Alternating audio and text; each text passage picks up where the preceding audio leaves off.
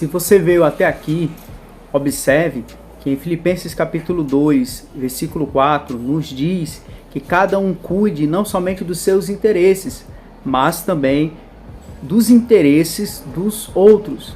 Significa dizer, meus queridos e amados ouvintes e amados irmãos, que eu fui beneficiado, se eu fui beneficiado, ou se outra pessoa foi beneficiada, e você observa, foi um interesse individual, não interesse coletivo.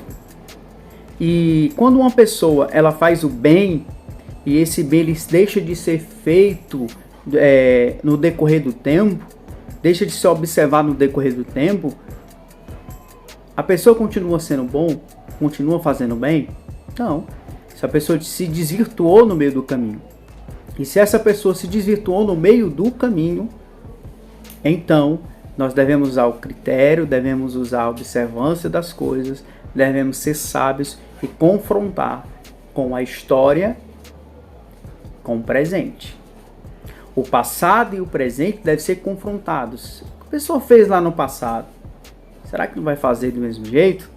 Então não é o interesse de uma pessoa, porque eu ganhei muito, comprei isso, fiz aquilo. Você foi beneficiado, está falando de um benefício individual. Agora, quando o coletivo ele é beneficiado, quando o coletivo é abençoado, aí sim, nós observamos dentro dos critérios da palavra de Deus que muitas pessoas não serviram ao povo, à nação, mas serviram aos seus próprios interesses. Então, o egoísmo imperou no coração dessas pessoas, a vaidade imperou no coração dessas pessoas, a egolatria, o narcisismo imperou no coração dessas pessoas, e elas passaram a beneficiar-se do Estado, beneficiar-se da nação, e infelizmente vimos aí o que aconteceu. E a seguir, observe para você tomar as conclusões dentro do saber, dentro da sabedoria.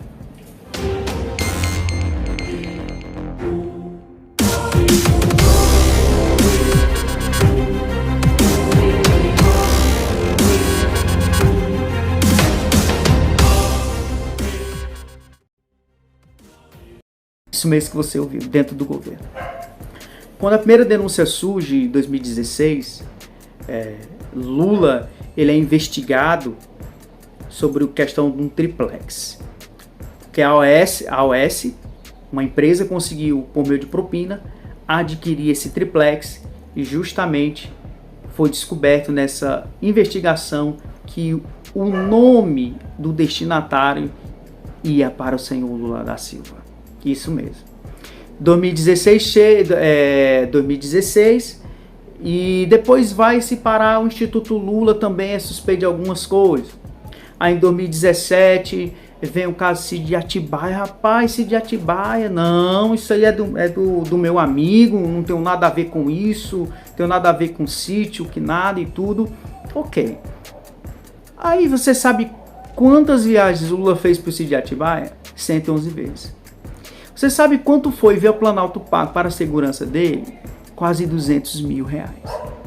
Você sabe quanto a Odebrecht gastou em reformas para o sítio de Atibaia? 700 mil reais. Não obstante, o sítio continua lá. O triplex continua. O instituto continua. Aí depois, generosamente, a Odebrecht vai fazendo doação para o Instituto Lula. E foi descoberto que era uma doação dissimulada. O que é isso?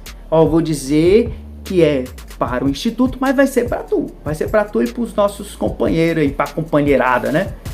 E justamente foi isso que aconteceu. Foi repassado 4 remessas no valor de 1 milhão de reais cada remessa dessa. É inocente, né? Lula é condenado. Seu advogado Zanini tenta recurso, porém é decidido na primeira e segunda instância, terceira instância, que ele deve ficar preso mesmo, de fato, de verdade, manter a condenação dele, e é mantida a condenação dele, sim. Lula, nessa história toda, fica preso 580 dias. 580 dias. Me dizem, Lula é inocente?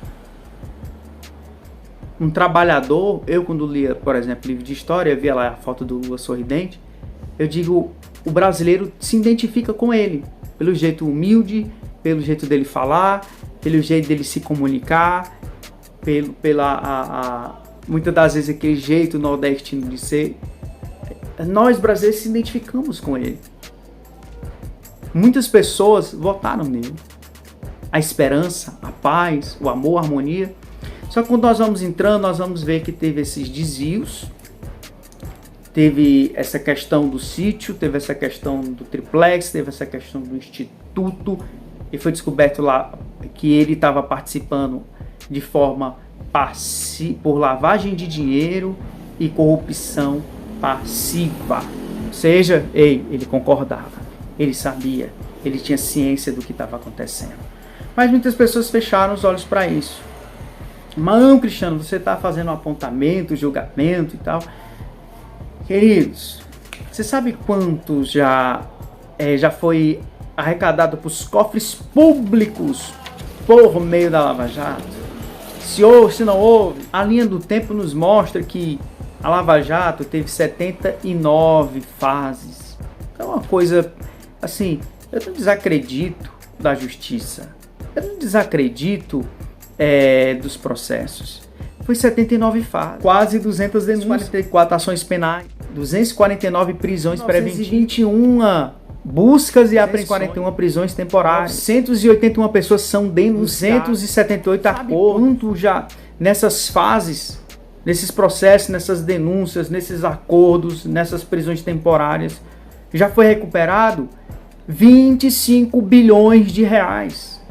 E desses 25 bilhões de reais, mais de 1 bilhão era da senhora Petrobras. Nos governos Lula, Dilma, gente. E você quer que eu feche os olhos para essas coisas?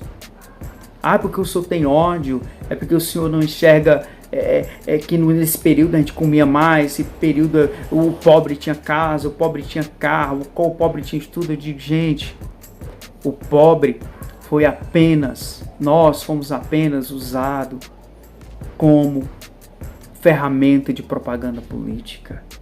E é isso que eu vejo, e é isso que eu concluo.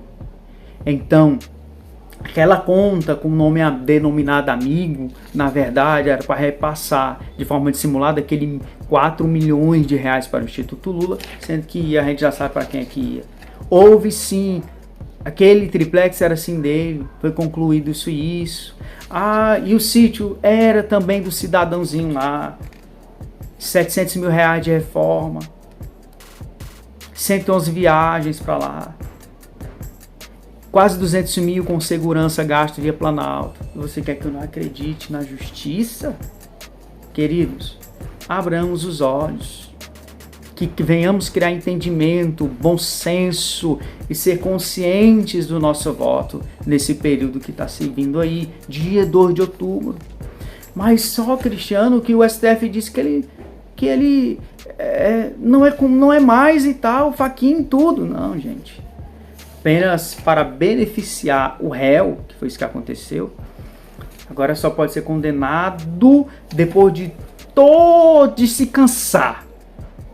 Não houver mais recursos, aí sim pode haver a tal da condenação em segunda instância.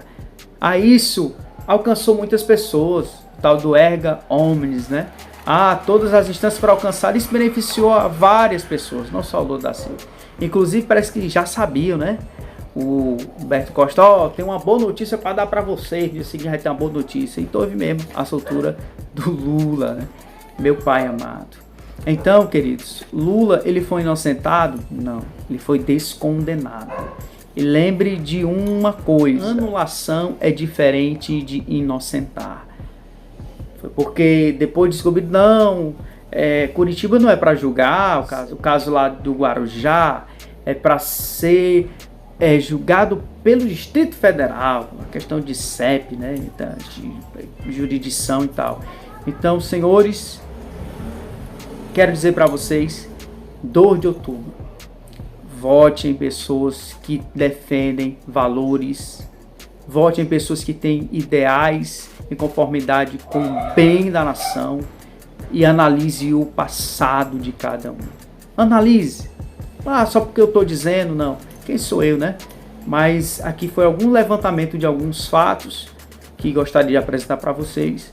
Agradeço sua atenção. Fiquem todos com Deus. Deus abençoe o Brasil. Deus abençoe nossa família.